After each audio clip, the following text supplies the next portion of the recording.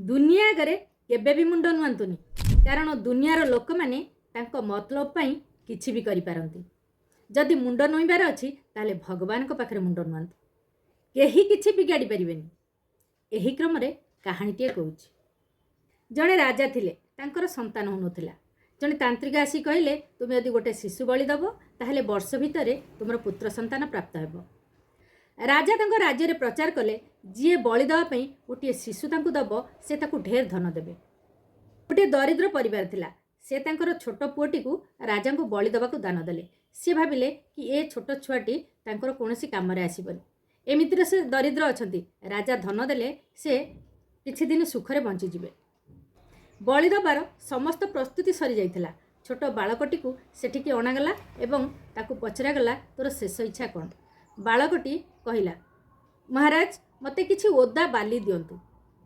तापरे महाराज तांकर कर्मचारी को कही किछि ओदा बाली आनी बालकटी पाखरे पहुँचैले। बालकटी सेथिरु 3टी मंदिर तैयारी कला। प्रथम एवं द्वितीय मंदिर को से भांगी देला। तृतीय मंदिर आगे हाथ जोड़िकी बसी पड़ला। तापरे कहिला, एबे मोर बलि चढ़ई दियो। राजा भाविले ए बालकटी बोधे किछि मंत्र जंत्र जानिछि, तेणु से ताकू कहिले तू एभली काहेकि कलु।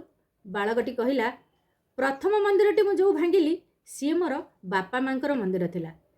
बापा माँ मते अकामी भाविले, तेणु करिकी धन लोभरे से आपण को मते दान करदेले, बलि देवा पई पठेदेले। तेणु तांको मंदिर को मु भांगीदेली। द्वितीय मंदिरटी होची आपणकर। आपण होउछंती ए राज्यर राजा।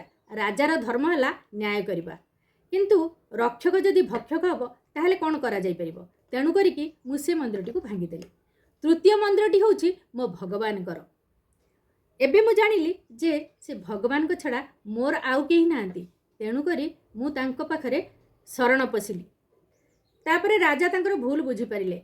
एई बालकटी को बलि देला परे हुएत मु पुत्र संतानर जनक हेई पारे, किंतु ईश्वर को पाखरे मु द्रोही हेई जिबी, कारण मो पाखरे अन्याय हेई पारे, तांको पाखरे अन्याय चलनी। तापरे से तांकर भूल बुझी पारिले एवं सेई पिलाटी को निजर पुत्र भावरे ग्रहण कले। तेणु सच्चा मनरे निजको ईश्वर को निकटरे जदि समर्पण कर दियंती ना, केही किछि बिगाड़ी परिबेनी। तांको पाखरे निजको समर्पण कर दियंतु।